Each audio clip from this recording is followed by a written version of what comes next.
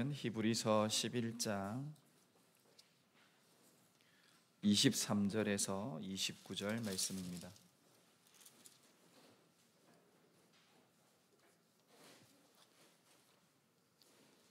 히브리서 11장 23절에서 29절 말씀입니다.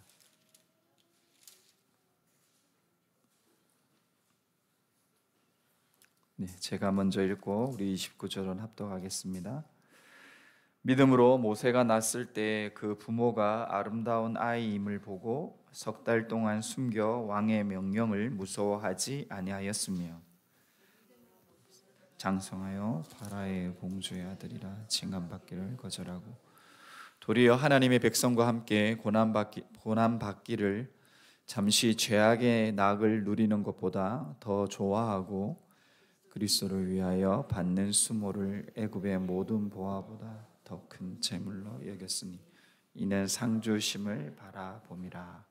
믿음으로 애굽을 떠나 왕의 노함을 무서워하지 아니하고 곧 보이지 아니하는 자를 보는 것 같이 하여 참았으며 믿음으로 유월절과 피 뿌리는 예식을 정하였으니 이는 장자를 멸하는 자로 그들을 건드리지 않게 하려 한 것이며 함께 믿음으로 그들은 홍해를 육지같이 건넜으나 애굽 사람들은 이것을 시험하다가 빠져 죽었으며.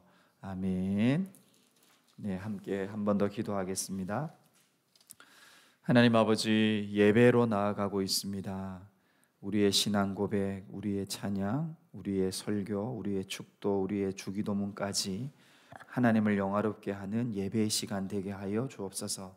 하나님, 우리의 마음을 엽니다. 성령께서 우리에게 주님의 은혜의 말씀과 진리를 새롭게 주님 능력으로 함께하여 주옵소서. 우리의 영원한 호흡 되시는 생명과 말씀 되시는 예수 그리스도의 이름으로 기도합니다. 아멘. 오늘은 믿음으로 모세는 첫 번째 시간으로 함께 말씀을 보겠습니다. 다음 시간까지 29절 말씀을 모세 시리즈를 2번 정도 하려고 하는데 오늘은 27절까지 같이 보려고 합니다. 여러분은 다 누군가의 자녀이시죠. 그리고 결혼하셔서 자녀를 낳으신 분은 또 부모일 것입니다. 여러분, 세상에서 자녀라고 말을 할 때 우리 본질, 나라는 존재가 이 땅에 왜 태어났냐라고 생각한다면 하나님 없이 이야기한다 그러면 굉장히 과학적이고 또 생물학적이고 의학적으로 또 우리 남자나 여자됨 내 본질의 내 모습은 그냥 아주 자연 발생적으로 내 존재는 있다라고 얘기할 겁니다. 그런데 우리는 윤리 도덕적으로 알죠. 내가 자녀다, 내가 사람이다, 내가 어디에 가정에 소속돼 있다, 난 누구 족속이다 이렇게 얘기할 때 그게 내 네임카드처럼 나는 내 부모가 누구고 나는 그의 자녀입니다 이렇게만 얘기한다면 여러분의 윤리 도덕적으로 여러분의 마음적으로 나를 다 표현했고 내 존재는 이런 사람이다 이걸 다 얘기하지 않는다라는 걸 우리는 내 마음적으로 알게 되죠. 이게 무슨 의미냐 하면 하나님을 모르면 내 존재나 내 자녀의 존재나 내가 누군가의 자녀로 지금 태어났는데 내 존재의 가치에 대해서 이야기할 때 다르게 이야기한다라는 것입니다. 여러분, 성경에서 하나님은 자녀가 뭐라고 얘기합니까? 네, 하나님의 선물이라고 하죠. 하나님의 열매라고 이야기합니다. 그러면 여러분, 우리의 존재 여러분 뭐라고요? 나는 하나님의 선물이라는 거예요. 하나님의 뜻으로 내가 이 땅에 있다라는 겁니다. 여러분, 거기서부터 우리 인생의 자유가 시작되는 거죠. 하나님이 없으면, 하나님의 말씀이 없으면 나라는 존재는 그냥 있다. 내가 뭔가를 할 때, 또 뭔가의 행복을 느낄 때 다 나라는 중심성에서 나의 가치가 인정이 되겠지만 성경 말씀에서 나라는 존재는 내 자녀됨에 어디에 소속된 존재 가치도 하나님의 뜻과 하나님의 마음에 있다라는 겁니다.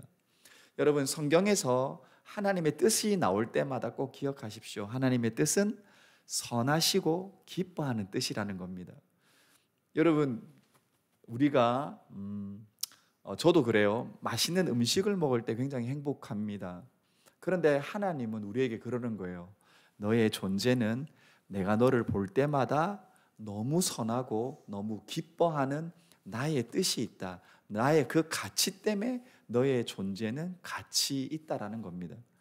여러분 우리가 우리 자녀를 볼 때마다 지금 우리 어린 친구들도 있지만 여러분 내 자녀를 다 기른 사람도 있지만 우리가 한 가정에서 누군가를 바라볼 때 그 아이의 그 남편의 그 아내의 그 누군가도 그 존재의 가치가 나에게 있지 않다라고 하나님은 얘기하는 거예요.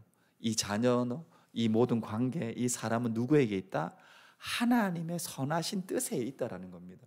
여러분 우리가 그 관점이 회복될 때 어떻게 되겠어요?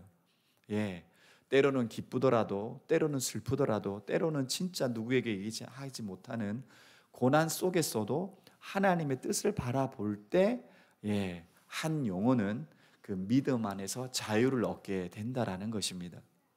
여러분 오늘부터 이제 이 모세를 보는데 여러분 모세가 어떻게 태어났는지 오늘 23절은 믿음으로 태어났다라고 이야기합니다.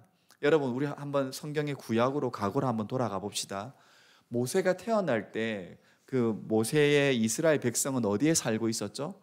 애굽에 살고 있었죠. 가장 부강하고 화려하고 풍족함이 있었던 애굽이었습니다. 그런데 여러분 모세가 태어날 때 그 시대 분위기는 어땠습니까? 살벌했습니다. 왜 살벌했는지 아시죠? 애굽인들이 이스라엘의 하나의 조상이었던 요셉이 하나님의 은혜로 굶어 죽게 되는 한 나라를 요셉을 통해서 죽지 않고 생명의 자손의 축복을 애굽인들이 누렸잖아요. 그런데 시간이 지났는데 그들이 하나님도 모르지만 유대인의 그 요셉의 자손들에 대한 감사함이나 은혜는 사라지고 어떻게 느꼈죠? 유대인들이 너무 부강하다. 하나님의 축복을 받아서 점점 강해지니까 우리를 죽이겠구나. 애굽인들이 어떻게 합니까? 남자아이가 태어나면 다 죽여라. 하수의 물에 던지든지 다 죽여야 한다. 여러분 얼마나 무서운 사건입니까? 일입니까? 역사적으로 있었던 거죠. 여러분 세상이 이렇다라는 겁니다. 세상은 오늘도 우리가 우리 자녀들을 학교에 보내고 우리가 하나님 안에서 우리 인간됨의 가치를 좀 더 좋은 가치의 성장을 하게끔 우리는 이 문화적인 생활을 교육적인 차원에서 하고 있잖아요. 그런데 이 세상은요 하나님의 다스림, 오직 하나님의 은혜, 하나님을 바라보지 못하면 애굽 나라와 같은 똑같은 살벌한 일이 벌어진다라는 겁니다. 이게 무슨 의미냐 하면 하나님의 영광을 위해 우리 자녀를 좋은 교육이나 그 어떤 문화적인 혜택을 누리려고 어떤 자기 개발이나 취미 생활조차도 우리는 하나님의 영광으로 알고 시작하고 생각하지만 학교 존재 그리고 여러 클럽의 존재 그 어떤 것도 처음에는 참 좋은 마음으로 시작하잖아요. 그런데 어떻게 됩니까? 학교의 발전과 학교의 이미지와 학교의 진학률을 위해서 아이들에게 인격적인 교육보다는 더 많은 지식과 더 많은 어떤 욕심의 지식으로 밀어붙일 때가 더 많다라는 걸 우리는 알고 있죠. 여러분 애굽인들이 그랬다라는 겁니다. 어떻게 사람이 태어난 아이를 그 남자 아이를 그 생명의 소망이라고 하는 아이를 죽일 수가 있습니까? 여러분 세상이 하나님을 믿지 않고 사랑하지 않을 때 믿는 이나 안 믿는 이들에게 동일하게 그렇게 대우할 수 있다라는 겁니다. 자기의 이익을 위해서 진정한 가치를 왜곡시킨다라는 거죠. 사람의 소중함, 인격 그 어떤 것보다 자신들의 목적에 핍박과 박해가 일어날 수 있다라는 것입니다. 여러분 그런데 모세에 태어났을 때 그 모세의 믿음을 첫 번째로 이야기하는데 모세의 부모의 믿음을 먼저 이야기합니다. 여러분, 우리 23절 한 번 더 읽어볼까요? 23절 시작. 믿음으로 모세가 낳았을 때 그 부모가 아름다운 아이임을 보고 석 달 동안 숨겨 왕의 명령을 무서워하지 아니하였으며. 아멘. 하나님의 놀라운 은혜로요, 모세의 부모님은 아빠는 아므람 그리고 엄마는 요게벳인데, 그들이 이 아이의 아름다움을 보고 왕이 죽여라 하는 세상의 명령에 순종하지 않았다라는 겁니다. 이 아이를 석 달 동안 보호했다라는 거죠. 여러분, 우리 드라마 보면 너무 잘 알죠? 막 탈출하고 피난 오는데 그 죽음의 위기에 아이의 울음소리 때문에 막 다시 잡혀갈 때 우리가 저 울지 말았어야 되는데 막 우리 그 너무 잘 알잖아요. 여러분, 석 달간 아이의 울음소리를, 여러분 모세도 분명히 울었을 거예요. 너무 믿음이 충만해서 오늘은 안 울어야지 이렇지 않았을 거잖아요. 여러분, 석 달 동안 이 집에 아이가 없다라는 걸 어떻게 숨길 수 있었겠어요? 불가능한 일이죠. 원어적으로 표현해도요, 그 부모가 아이를 석 달 동안 숨겼다라고 부모가 숨긴 것 같지만 이거 수동태로 표현하거든요. 하나님이 숨겨지게 했다, 이런 뜻이에요. 그러니까 하나님의 놀라운 은혜가 모세의 부모에게 믿음의 역사가 있었고, 그것도 석 달 동안 모세를 보호하는 하나님의 충만한 은혜가 있었다라는 거죠. 그런데 이 중요한 시각이 뭐냐면요, 이 아름다운 아이임을 보고라는 이 아름다움에 있습니다. 여러분, 이 아름다운 아이임을 봤을 때 진짜 모세의 부모님이, 모세가 태어났는데, 야, 저 옆집에 누구보다 너무 잘생겼어, 너무 준수해, 이 아이는 반드시 우리가 살려야 돼, 이런 단편적인 이야기가 아니라는 건 우리는 본능적으로 알 수 있죠. 여러분, 이 아름다움이라는 표현은요, 성경에서 우리가 계속 듣고 있습니다. 이 토부라는 단어입니다. 토부. 굉장히 율법적인 단어인데, 여러분, 하나님이 천지 창조하실 때 하나님 보시기에 어떻다 그랬죠? 좋았더라, 아름다웠더라, 심히 좋았더라. 그 토부입니다. 하나님이 모세를 통해 율법을 주실 때에도 내가 내 행복을 위해서 이 말씀을 주는 게 아니냐, 그 행복의 단어가 바로 토부입니다. 그러니까 이 아름다움이라는 말 자체는요, 하나님의 시각입니다. 하나님의 선하심입니다. 하나님의 영적인 용어입니다. 굉장히 하나님하고 관계적인 용어이죠. 그럼 우리 첫 번째로 해석할 수 있죠. 모세의 부모님이 어떻다? 하나님의 시각과 하나님의 믿음에 굉장히 충만했다라는 겁니다. 다른 애굽 왕의 그 무서운 목숨의 위태로움보다도 하나님 말씀에 더 가까웠다라는 거죠. 근데 여러분, 이 아름답다는 표현이 중요하다 했죠. 왜냐면요, 여러분, 노아가 그 노아 방주를 만드는 하나님의 구원 첫 번째 사건이 있을 때 하나님의 아들들이, 창세기 6장에 나오는 이야기입니다. 하나님의 아들들이란 말은요, 천사로 우리가 오해하면 안 되고요, 그냥 하나님의 자녀들이 세상의 여인들을 바라보고 여자들을 바라보고 그 아름다움을 바라보고 어떻게 했다고 되어 있냐면 자기가 원하는 모든 여자들을 자기 아내로 취했다라는 거예요. 여러분, 똑같은 아름다움입니다. 그런데 이걸 어떻게 해석할 수 있냐면 하나님이 없는 아름다움, 하나님의 시각, 하나님의 믿음이 아닌 아름다움을 가지고 있을 때 그것은 애굽인이 범죄했던 범죄랑 똑같이 자기의 아름다움, 자기의 욕심을 채우려고 가지고 뺏는다라는 거예요. 세상의 시각이죠. 그런데 모세는요, 모세의 부모님은 그 아름다움이 하나님의 시각으로 변해져 있었다라는 겁니다. 여러분, 세상의 아름다움의 그 욕망 때문에 하나님이 이 세상을 물로 심판하셨거든요. 노아와 8 식구만 살리셨거든요. 그게 저는 이 본문이 이 애굽인의 본문하고 똑같게 보이는 거죠. 애굽의 그 시대상하고 똑같은 거죠. 그런데 모세의 부모님은 어떻게 하나님의 놀라운 믿음의 시각으로 이 아이를 바라볼 때 얘는 우리가 어쩔 수 없이 죽여야 돼, 이 아름답지만 세상의 아름다움에 머물지 않고 하나님의 시각으로 어떻게 그 믿음의 용기로 행동했다라는 거예요. 숨기자. 그게 1개월이든 2개월이든 상관없었겠죠. 그런데 하나님의 기간은 3개월이었던 것입니다.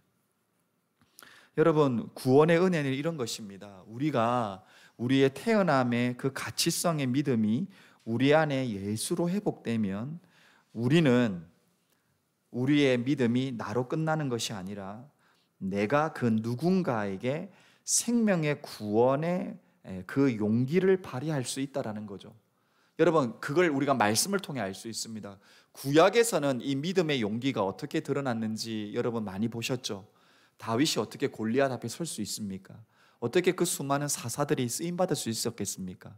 믿음의 용기가 그들에게는 어떻게 대적자냐 악인이나 그들 앞에 하나님이 주시는 믿음으로 다 섰다라는 겁니다. 여러분, 신약에서는요, 그 믿음의 용기는요 어떻게 드러났냐면 메시지, 언어로 드러났죠. 미련하다, 손가락질하고 때로는 돌을 던지고 죽이는 공포에 있더라도 예수 믿는 그 믿음의 용기가 불신자와 이단들 앞에 온전한 신앙 고백과 행위 일체적인 삶이 겉으로 다 드러나게 했다라는 겁니다. 그 드러남을 통해서 어떻게 됐다? 모세가 보호받았고 모세가 태어나서 생명이 유지될 수 있었다라는 겁니다. 여러분, 그 믿음의 프라이드 꼭 가지십시오. 내 믿음이 얼마나 귀한 믿음인지, 이 생명력이 흘러가는 믿음이라는 겁니다. 예수의 믿음이. 여러분, 이 부모의 믿음을 보면서 여러분 1차적으로 우리에게 적용하면 우리는 이 모세의 부모님이 가졌던 믿음, 동일한 믿음이 우리 안에 있는 것입니까? 어쩌면 그 모세의 아버지 어머니가 가졌던 믿음은요, 예수님이 제자들에게 또 자기 백성에게 얘기했던 믿음하고 똑같지 않겠습니까? 너희가 하나님 사랑하게 되는 그 유일한 그 중보자의 역할이신 예수님을 믿게 되면 동일하게 반응이 일어나죠. 자기 부인과 자기 십자가와 예수님을 따라가는 신앙인의 모습으로 살게 된다는 겁니다. 여러분, 우리가 부모 아이 태어날 때 우리가 목숨 걸고 아이를 태어나게 했잖아요. 우리도 그 누군가의 부모로 우리가 태어났고, 이 모세의 부모님도 동일하게 자신들의 생명보다 모세를 살리려고 하는 하나님의 믿음의 시각 때문에 자기 부인과 그 아이를 숨겨야 되는 그 고통과 그 위태로움 속에 자기 십자가를 지고 하나님만 쫓게 되었다라는 것입니다. 우리랑 동일한 은혜가 있는 것이죠. 여러분, 이 놀라운 이 믿음은요, 그 부모님뿐만 아니라 모세가 물려받게 되는 것이죠. 여러분, 그 모세의 믿음을 함께 보겠습니다. 오늘 말씀 24절 25절입니다. 우리 같이 읽을까요? 시작. 믿음으로 모세는 장성하여 바로의 공주의 아들이라 칭함받기를 거절하고 도리어 하나님의 백성과 함께 고난받기를 잠시 죄악의 낙을 누리는 것보다 더 좋아하고. 아멘. 여러분, 이제 24절부터 모세의 성장으로 해서 또 믿음을 적용시키고 있습니다. 모세가 태어날 때도 하나님의 은혜의 믿음의 역사였는데, 모세가 장성해서도 그가 어떤 삶을 살았다라고 24절 25절에 얘기합니까? 여러분, 두 가지로 정리할 수 있습니다. 여러분, 모세가 장성했다라는 말은요, 모세가 이제 3개월 이후에 하나님의 놀라운 보호하심과 은혜로 우리가 알고 있듯이 애굽의 왕자의 신분으로 하나님이 보호하심을 통해서 그 생명이 유지되는 그 기간의 은혜가 있었죠. 그런데 장성했어요. 이때 나이를요 한 40살 보고 있습니다. 굉장히 이성적이고 이 세상 돌아가는 것을 다 이해하고 어떤 게 힘과 권력인지 다 경험했잖아요. 그런데 모세에게 뭐라고 설명하냐면, 그가 세상에 주는 즐거움으로 살지 않고 그것의 죄악의 기쁨에 머물지 않고 하나님의 백성과 함께 고난받기를 더 좋아하는 사람으로 살았다라는 것입니다. 어떻게 모세가 이렇게 될 수 있었을까요? 여러분, 이 한 가지로 좀 이 히브리서 말씀을 좀 하나 해석하자면, 여러분, 처음부터 모세가 그랬나요? 아니죠. 우리는 알고 있습니다. 모세가 애굽 왕자로서 힘과 근육과 지식과 그 모든 것을 가졌을 때, 본질은 나도 히브리인이고 유대인이기 때문에 하나님의 자녀의 신분을 알고 있었지만, 자기가 실천하려고 했던 삶의 목적과 방향성은 하나님의 시각의 믿음보다는 자기 자신의 능력이었죠. 그래서 자기의 민족의 한 백성이 애굽 누군가에게 핍박을 받을 때 어떻게 합니까? 힘으로 그 사람을 죽여버리죠. 이건 유대인들이 예수님을 기다렸던 메시아가 어떤 구원자로 오실 거라는 그 기대감을 가졌던 기대감하고 똑같은 겁니다. 힘으로, 세상에서 말하는 능력으로 모세도 살려고 했죠. 그런데 오늘 히브리서 본문 말씀은요, 그 모세의 힘, 세상을 의지하는 그 해결과 구원으로 다가갔는데 도망자가 되고 강야로 갔잖아요. 어떻게 보면 자신의 실수와 연약함이었는데, 히브리서 말씀은요, 모세가 자발적으로 자신이 파라오의 왕자다라는 것을 거절하고 거부하고 죄악의 낙보다는 하나님의 것을 더 즐거워했던, 하나님의 백성과 고난받기를 자기 스스로가 더 즐거워했다라고 그렇게 인정해 주는 것처럼 말씀한다라는 거예요. 여러분, 이게 참 한 가지로 너무 놀라운 겁니다. 여러분, 우리가 어떻게 믿음을 가졌죠? 우리가 어떻게 예수님이 나의 구원자라고 얘기합니까? 선물 받았잖아요. 하나님 주신 선물 때문에, 하나님의 전적인 은혜 때문에 내가 구원받았는데, 하나님이 뭐라고 하셨냐면, 너 잘했다. 네가 잘 선택했고 잘 결정했고 네가 믿음으로 살려고 오늘도 예배 자리 나오면서 끊임없이 몸부림치는 너 너무 잘했다. 이게 하나님의 은혜인데도요, 이 은혜가 내 것이라고 하나님이 인정해 준다라는 거예요. 여러분, 모세도 그 은혜의 혜택을 누렸다라는 겁니다. 자기가 자기 힘으로 자기의 지식으로 능력으로 해결했던 중보자의 역할, 구원자의 역할을 해보겠다라고 했던 실수를 범했는데도 하나님이 어떻게 그 광야에서 떨기나무 속에 만나 주시니까 모세를 하나님이 나중에 후대에 하나님의 백성이 인정할 때, 그게 모세가 이렇게 했다, 모세가 하나님을 통해서 이런 은혜의 혜택을 다 받았다라고 모세가 한 것처럼 인정해 주신다라는 거예요. 여러분, 이게 정말 놀라운 겁니다. 세상의 종교는 자기가 뭔가를 해야 인정함을 받잖아요. 그러나 유일하신 생명의 하나님의 종교인 예수 그리스도의 믿음의 종교는 내가 한 것이 아닌데도 불구하고 내 것이라고 예수의 공로를 우리의 것으로 다 인정해 준다라는 겁니다. 여러분, 이게 모세가 떨기나무에서 하나님을 만났던 놀라운 구원의 사건이 우리가 예수님을 만났던 사건하고 똑같은 것입니다. 여러분, 예수님이 어디에 죽으셨죠? 십자가에 달려 죽으셨잖아요. 여러분, 십자가는 뭡니까? 더럽고 저주와 죽음과 공포와 정치적으로 탄압하고, 우리가 저 십자가가 무서워서 로마 황제 말 잘 듣자, 그 저주를 상징하는 십자가가 뭘로 바뀝니까? 예수 생명으로, 부활의 생명으로 바뀌어버렸지 않습니까? 동일한 것입니다. 모세가 그 떨기나무를 바라볼 때 그 불을, 그 생명의 나무를 타 죽여야 되잖아요. 근데 타 죽지 않잖아요. 그 떨기나무의 그 형상 예수 그리스도 하나님의 불은 죽지 않는다. 여러분, 죽음밖에 없었고 우리는 지옥 자녀였고 우리는 어떻게든 우리의 힘으로 하나님이라는 전제하에 하긴 하지만, 우리가 어느 시간 지나면 다 우리의 연약함 때문에 상처받고 우리 때문에 힘들어하잖아요. 예수님이 그 생명의 십자가에서 우리에게 오늘도 얘기하신 거예요. 너의 가치, 너의 구원, 너의 능력은 내가 오늘도 살리는 예수 그리스도, 살아계신 주님 때문에 우리에게 구원의 은혜의 역사함이 있다라는 겁니다. 여러분, 이걸 모세가 어떻게 누렸다고요? 예, 하나님의 사랑을 자기도 80세에 만나게 되니까 자기의 능력이 아무것도 아니고 어떤 능력? 하나님의 지팡이에 기적적으로 하나님이 함께 하시는 능력이 자기에게 회복되니까 이제는 자기가 자기의 누렸던 세상의 어떠한 것보다 하나님의 사랑의 열매라고 하는 하나님의 백성에 대한 마음이 확 열려버리는 것입니다.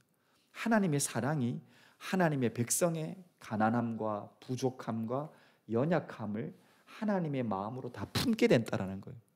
여러분, 우리도 동일합니다. 우리의 가정 안에서, 우리의 직장이나 우리의 교회나 이 모든 관계 안에서 하나님의 사랑이 나에게 역사함에 나에게 그치지 않고 하나님의 마음으로 그 사람의 어떠함이 아닌 하나님의 마음으로 다 품게 된다는 거예요.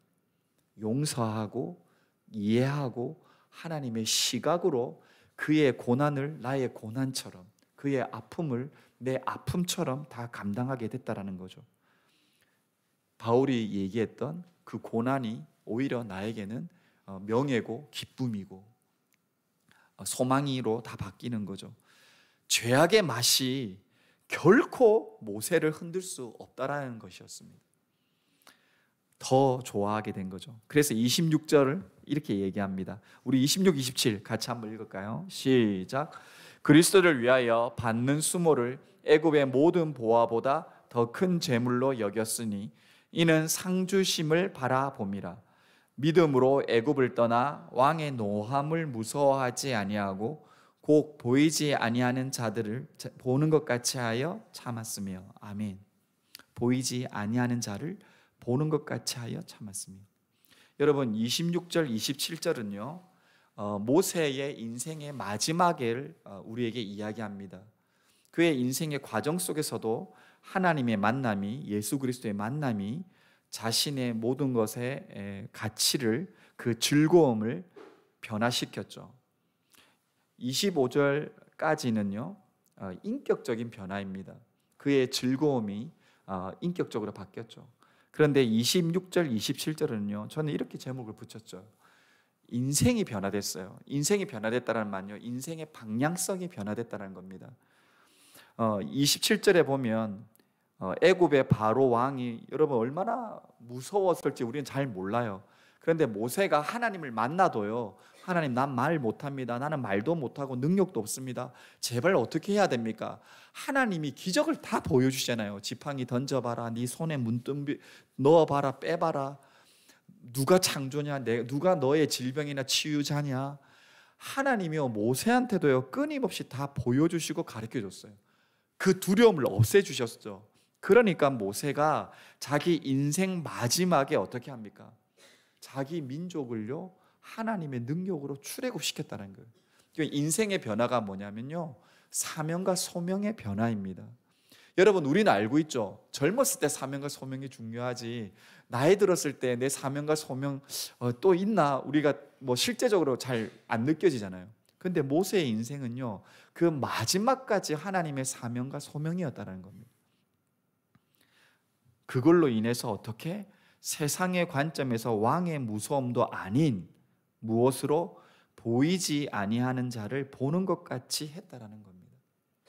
여러분, 이 말씀을요 좀 더 구체적으로 우리에게 적용하면 여러분 우리 삶의 모든 순간에 주님이 내 옆에 계신 순간에 그 감각으로 내가 말을 하고 내가 행동하고 내가 결정하고 내가 기도한다면 여러분 우리의 신앙의 삶은 어떤 행복과 풍요로움을 누리겠어요?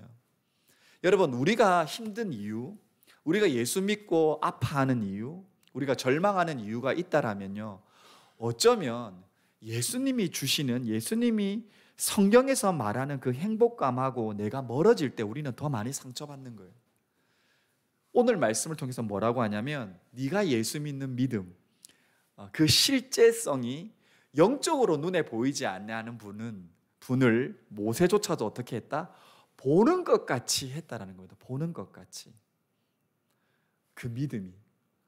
여러분, 우리가 예수 믿는 그 믿음이 내가 내 자녀에게 말을 할 때, 행동할 때, 내가 무엇을 결정할 때, 선택할 때, 그 모든 순간에 주님이 내 옆에 계신 것처럼, 주님이 나를 보시는 것처럼 그 육적인 감각을 영적인 감각으로 인생 마지막까지 살아냈다라는 거예요. 누가? 믿음의 선물을 받은 모세가 그렇게 했다라는 겁니다. 그 시각이 구체적으로 어떤 열매까지 26절에는요, 애굽에 주는 재물, 보화, 인생의 가장 감각적인 풍요로움과 안정감을 준다라는 그 물질적인 것이 모세에게는 인생 소망으로 역사하지 않았다라는 거죠. 마지막까지, 노후까지 그 재물이 모세를 책임져 주는 것으로 모세가 의지하지 않았다는 겁니다. 누가?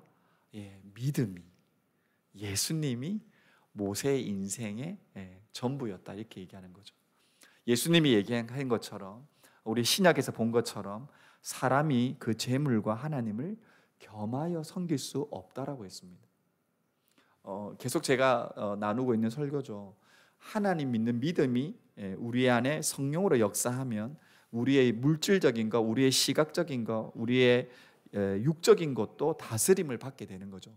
그러나 성령의 다스림에 우리가 점점 멀어질 때 그 육적인 것이 나를 잡아먹고 나를 다스리려고 한다는 거죠. 그때 우리는 더 영적으로, 육적으로 상처받고 괴로워하고 하나님이 주시는 그 예수의 자유에 우리는 부자유스러움이 일어나게 된다는 것입니다. 여러분, 오늘 말씀을 좀 정리하면서 모세가 가지고 있었던 그 놀라운 시각, 그 믿음과 우리의 차이점은 무엇입니까? 여러분, 마지막으로 적용할 때 이 말씀을 좀 나누고 싶습니다.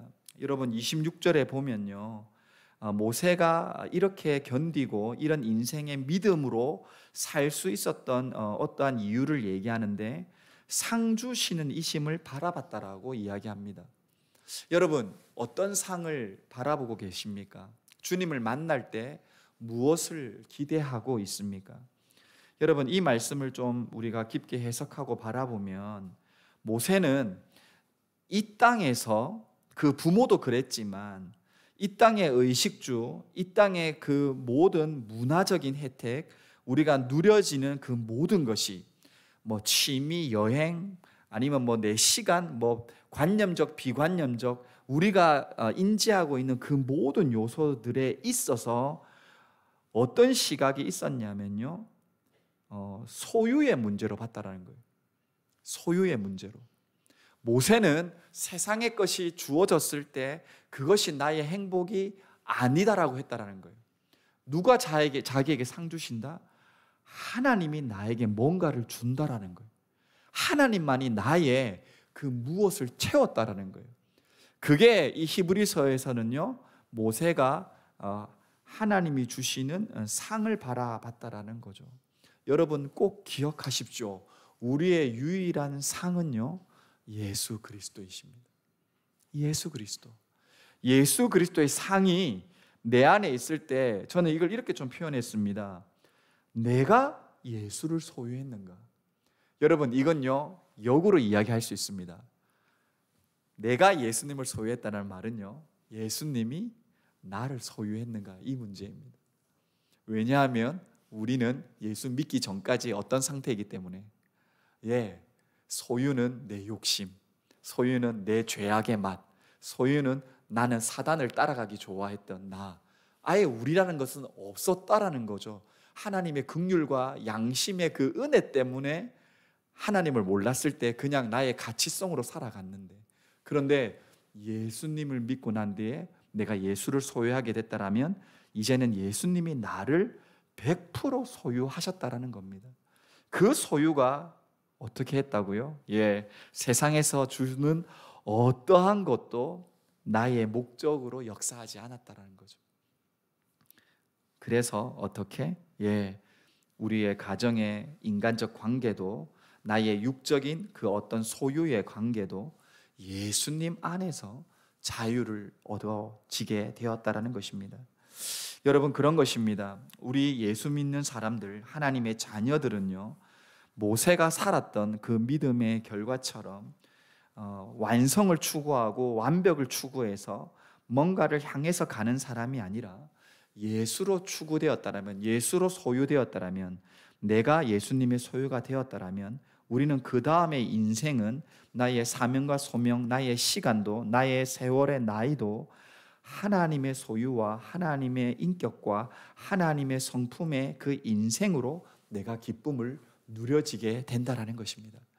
여러분, 오늘도 그 인생과 성품과 행복을 위해서 우리를 예배 가운데 초대하신다라는 거죠. 여러분, 여러분의 즐거움은 어떻게 바뀌셨습니까? 여러분의 사명과 소명은 지금 여러분의 나이에 무엇이라고 생각하십니까? 여러분의 그 모든 가족의 관계가 여러분의 가치와 여러분의 사명과 소명이십니까? 오늘 하나님은 우리에게 말씀하십니다. 모세에게 역사했던 믿음은 그 부모의 믿음조차도 하나님의 무조건적인 은혜가 하나님의 그 놀라운 은혜로 믿음으로 이 세상과 다른 차별의 은혜로 살게 되었다라는 것입니다. 여러분, 여러분의 마음이 하나님의 소유로, 예수 그리스도의 소유로 여러분의 재물과 인생의 의식주와 모든 시간들이 부족함 없으신 예수님의 시각과 관점으로 바뀌어지기를 축복합니다. 시편 27편에 이렇게 말을 합니다. 여호와는 나의 빛이요 나의 구원이시니 내가 누구를 두려워하리요. 여호와는 내 생명의 능력이시니 내가 누구를 무서워하리요. 아멘. 여러분, 예수 믿는 그 믿음이 여러분의 인생의 모든 것에 유일한 자랑으로 여러분이 이때까지 했던 교육, 들었고 알고 있고 깨달았고 행해야 되는 그 모든 영역에 예수님의 자랑이 여러분의 행복되기를 축복합니다. 아멘. 함께 기도하겠습니다. 하나님 아버지, 모세가 어떻게 태어났는지, 어떤 부모님의 그 믿음의 양육으로 보호하심을 입었는지, 또한 그의 세월 동안 그의 능력과 힘이 아닌 하나님의 놀라우신 은혜로 어떤 사명과 소명으로 한 나라를, 주님의 백성을 살렸는지 하나님 다시 한번 믿음의 중보자의 역할을 보게 하셔서 감사합니다. 하나님, 이 중보자 되시는 분이 우리의 유일한 생명이신 예수님임을 믿습니다. 하나님, 예수님을 통해서 우리가 주님의 소유가 되었다라면 주님, 우리의 즐거움, 우리의 모든 사명과 소명 주님 바뀌어지게 하여 주시옵소서. 그 즐거움과 소명 때문에 내가 누군가를 양육하고 양육받고 믿음의 몸부림을 할 때마다 주님, 예수의 자유, 복음의 생명 누려지게 하여 주시옵소서. 오늘도 이 믿음을 우리에게 즐겁게 하나님 초대하시는 살아계신 예수 그리스도의 이름으로 기도합니다. 아멘.